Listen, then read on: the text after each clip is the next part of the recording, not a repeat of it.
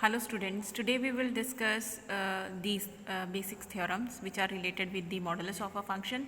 So modulus of z1 statement is modulus of z1 minus modulus of z2 is less than equal to modulus of z1 minus z2, which is further less than equal to modulus of z1 plus modulus of z2. This is the A part.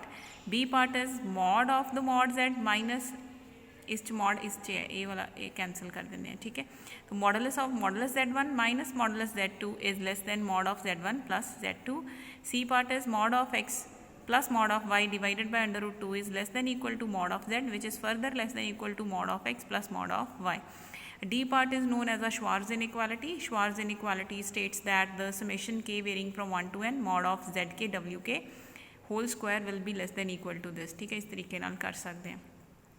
So let us firstly go to the part 1. Part 1 च सानू की चाहिए हैगा कि असी z1 ते mod लगा दीए, z2 ते मॉड, दोनों की सबट्रैक्शन होल मॉड जी है that should be less than equal to mod of z1 minus mod of z2. So असी कंसीडर किया mod of z1 minus z2, इस जो माइनस है असी इसनू प्लस एन माइनस करके लिख सकते हैं। ये सिंपल ट्रायंगुलर इनइक्वालिटी है, क्योंकि आप ट्रायंगुलर इनइक्वालिटी की पढ़िया सीगा that mod of x plus y जोड़ा है that is less than equal to mod of x plus mod of y. दो जस्ट ट्रायंगुलर इनइक्वालिटी लगाई। And what is the modulus of any number, it is always positive, इस करके minus विच ही मर्ज हो गया। तो यदा मतलब है mod of z1 minus z2 is less than equal to mod of z1 plus mod of z2.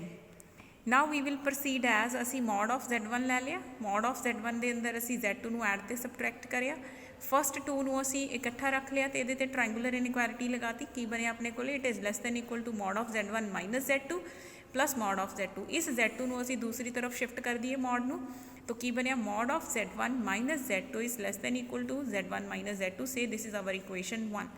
इस equation 1 we will replace values of places of z1 and z2. So replace or interchange z1 by z2.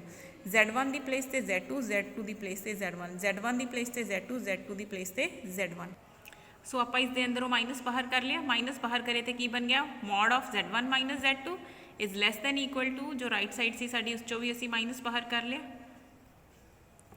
So this will give us that minus of mod z1 minus z2 is less than equal to इस minus नू इसने विच ही adjust कर लिया z1 minus z2. सो ये अपनी equation 2 होगी.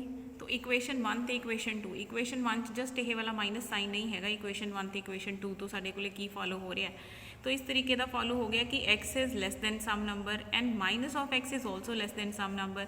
इन्होंने दोनों को मिला के अगर एक स्टेटमेंट देनी है तो आप की कहेंगे that mod of x is less than that number. So इतने माइनस के नाल ये सेम इनइक्वालिटी बनी है इक्वेशन 1 वाली, तो इक्वेशन 1 जी है साढ़े उस माइनस साइन नहीं है. दिस मीनस कि असी मॉड कंबाइनिंग 1 एंड 2 असी कह सकते हैं कि modulus of mod z1 minus mod z2 is less than equal to mod of z1 minus z2.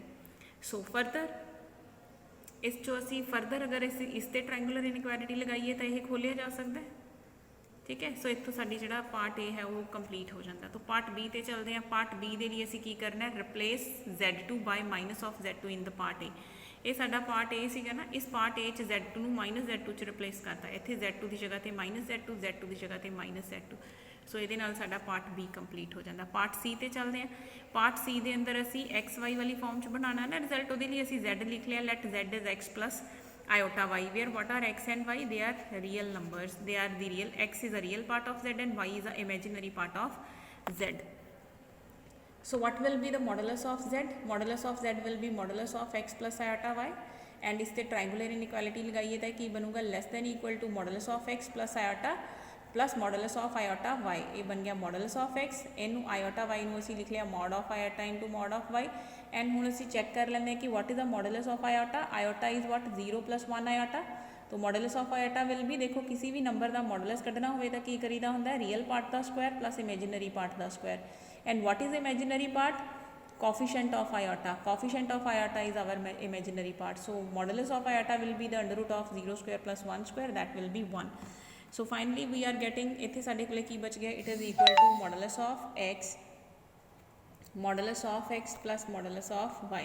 तो mod of z will be less than equal to mod of x plus mod of y. So हुण असी next की करिया from the arithmetic mean geometric mean inequalities की हुंदा साडे कोले that 2 times the mod of x into mod of y is less than equal to mod of x square plus mod of y square. दस अगर मैं ये सारा expression ये वाला इधर शिफ्ट कर दिए ठीक है। इस अगर असी इस चीज़ ਨੂੰ चेक करके चलीए आप अगर इनू लैके चलीए product 2 times the mod of x into mod of y जो होंगे that is less than equal to mod of x square plus mod of y square. So if we consider this expression असी ये अपनी तरफ तो लैके चले if we consider this expression इस एक्सप्रैशन में असी लिख सकते हैं ना ये आप इस पार्ट में की लिख लिया less than equal to mod x square and mod y square. हाँ देखो ठीक है। So 2 mod x mod y की प्लेस पर की आ गया less than equal to mod of x square and mod of y square. ये इनइक्वालिटी असी याद कर लाँगे।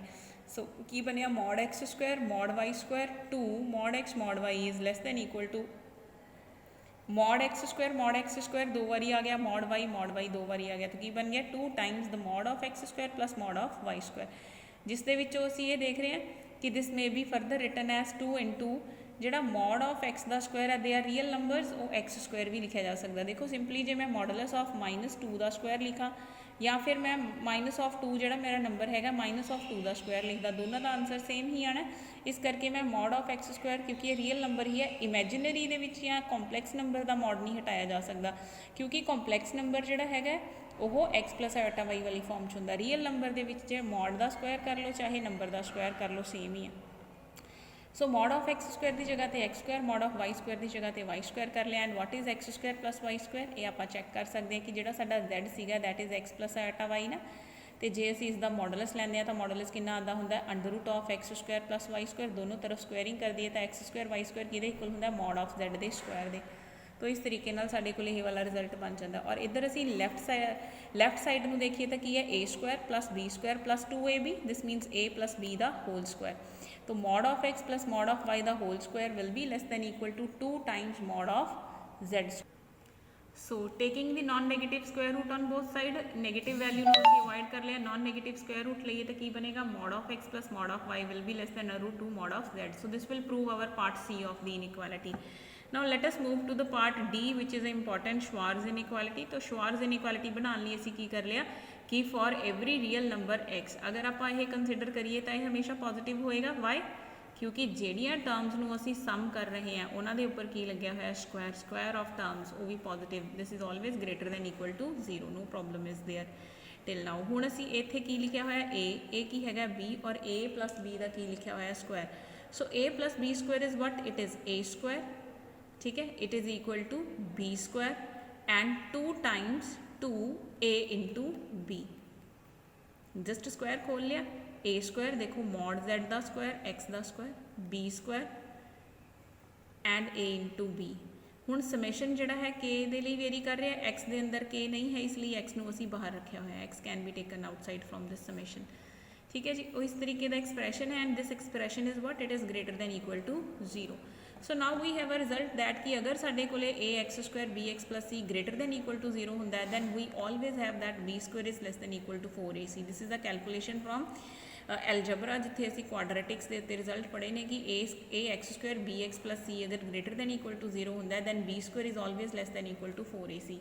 वट इज़ बी एक्स का कोफिशेंट तो ये साडा बी बन गया 2 भी आएगा ये नाल। What is a x square का कोफिशेंट ए होगी साडी value for a this is a value for b और ए वाला पार्ट की बन गया साडा सी। सो असीं की लिखना है b square 2 summation mod Z mod W square is less than 4a into c 4a into c 4 and 4 साडा कैंसल हो गया दोनों तरफ तो। So this will prove our Schwarz inequality. So let us discuss one more example.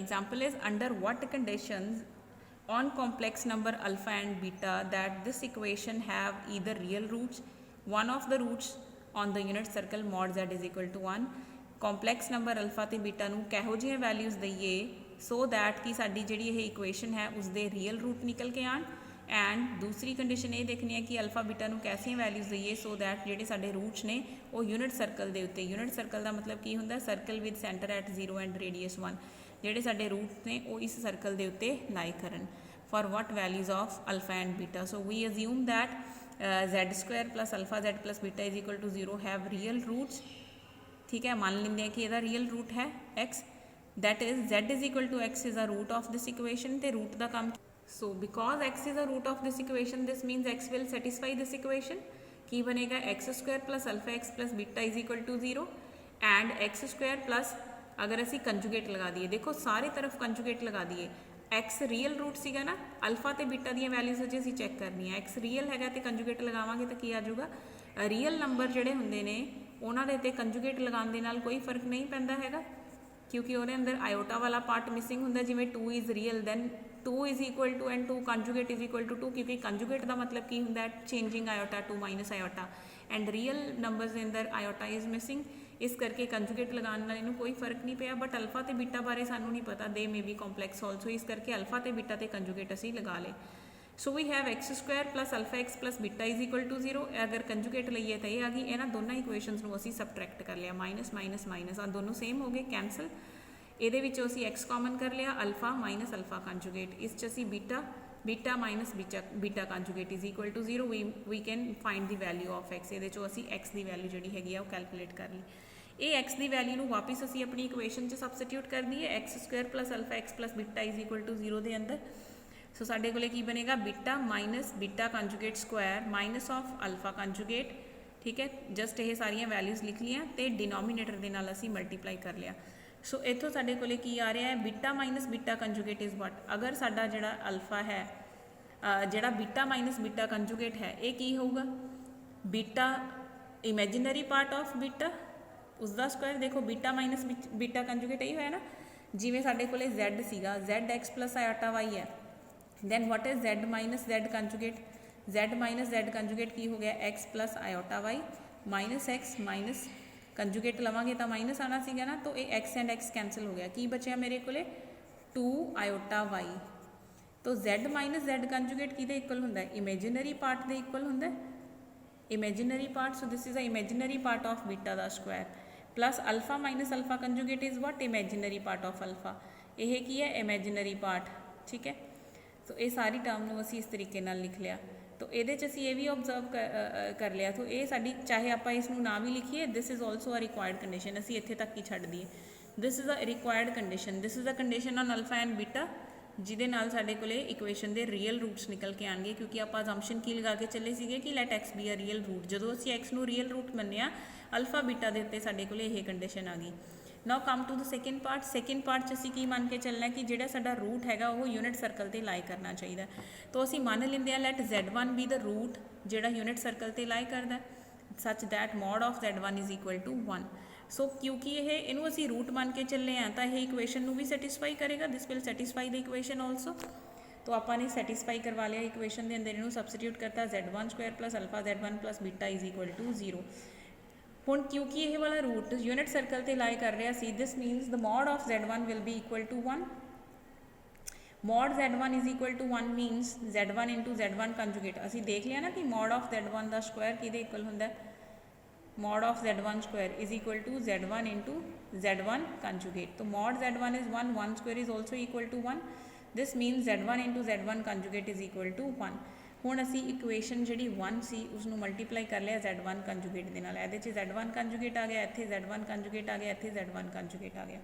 सो की बनेगा साडे कोले expression Z1 square into Z1 conjugate alpha Z1 into Z1 conjugate beta Z1 conjugate is equal to 0।